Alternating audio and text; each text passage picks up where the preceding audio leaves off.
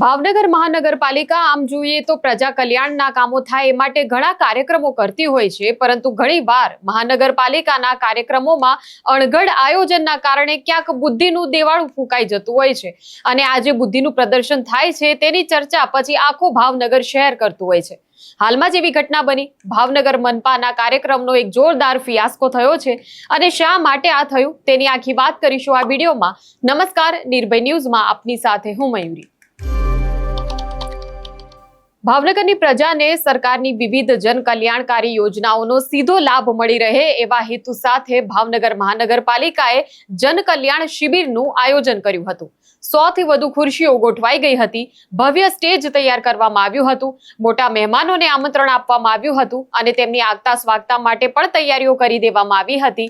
મહાનગરપાલિકાના અધિકારીઓને એવું હતું કે જેમ જેમ કાર્યક્રમ શરૂ થશે તેમ તેમ લોકો આવતા જશે, પણ થયું એનાથી સાવ ઉલટું અને માંડ આંગળીને વેઢે ગણાય એટલા જ કોર્પોરેટરો હાજર રહ્યા અને કોઈ લોકોની વિશાળ જનમેદની જોવા ન મળી। સૌથી મોટી નવાઈની વાત એ હતી કે જે મહેમાનોને આમંત્રણ આપવામાં આવ્યું હતું એમાંથી પણ કોઈ હાજર ન રહ્યું। જે યોજનાના લાભાર્થીઓ હતા તેમને દાદરા પર બેસવું પડ્યું, કેમ કે આ લાભાર્થીઓના બેસવા માટે તો મહાનગરપાલિકા વ્યવસ્થા કરવાનું જ ભૂલી ગઈ। ઔપચારિક રીતે પછી દીપ પ્રાગટ્ય કરી લીધું અને કાર્યક્રમને ઉતાવળે આટોપી લેવાની ફરજ પડી। મુખ્ય મહેમાનો કોઈ હાજર ના રહ્યા, જેના કારણે આ સ્ટેજ પરનો કાર્યક્રમ જે છે તેને સુનાવણી કરીને અધવચ્ચે જ પૂરો કરી દેવામાં આવ્યો અને પછી તરત યોજનાઓ માટે લાભાર્થીઓને બોલાવવાનું શરૂ કરી દેવામાં આવ્યું અને તેમના જે યોજનાના લાભો હતા તે માટેની કામગીરી શરૂ કરી દેવામાં આવી। અને આ આખો જે ફિયાસ્કો જે છે, જે રીતે આખા કાર્યક્રમનો ધબડકો થયો, કેમ કે મહેમાનોને બોલાવવામાં આવ્યા હતા તો સ્વાભાવિક છે મહેમાનોની ભાષણોની બધી તૈયારીઓ કરવામાં આવી હતી, પણ મહેમાનો તો કોઈ આવ્યા જ નહીં। એટલે આ ધબડકા બાબતે પછી ભાવનગર મહાનગરપાલિકાના કાર્યપાલક ઇજનેર મહેકમ વિભાગના દેવાંગી મહેતાને પૂછવામાં આવ્યું અને તેમણે શું કહ્યું તે જોઈ લઈએ। જન કલ્યાણ શિબિરમાં વિવિધ યોજનાઓની કે જેમાં રાજ્ય સરકાર અને કેન્દ્ર સરકારની બંને યોજના હતી એની માહિતી આપવા માટે અને જો કોઈને ફોર્મ ભરવું હોય તો આપણે ફોર્મ અલાવ કરવા માટેનો કાર્યક્રમ હતો। કોર્પોરેશનના પટાંગણમાં સુવિધાઓ ઊભી કરવામાં આવી હતી, સ્ટેજ બનાવવામાં આવ્યું હતું, પરંતુ દીપ પ્રાગટ્ય કરીને કાર્યક્રમ પૂરો કરી દેવામાં આવ્યો। નહીં, આપણે દીપ પ્રાગટ્ય પણ કર્યું છે અને લાભાર્થીઓ જેના કાર્ડ અરજી આવેલી હોય અને ઇસ્યુ થયા છે એ લોકોને કાર્ડ પણ ઇસ્યુ કર્યા છે। મહેમાનો કંઈક આવ્યા નથી એવું છે? અમે મહેમાનોને આમંત્રણ આપી શકીએ, એમને પેલું નહીં કરી શકીએ। દરેક MP, MLA અને આપણા પદાધિકારીઓ, કોર્પોરેટરો, વડવાના કોર્પોરેટરો ઉપસ્થિત રહ્યા હતા કાર્યક્રમમાં। આમંત્રણ આપો છો ત્યારે એમનું કોઈનું કમિટમેન્ટ લેવો છો કે નથી લેતા આવવાનું?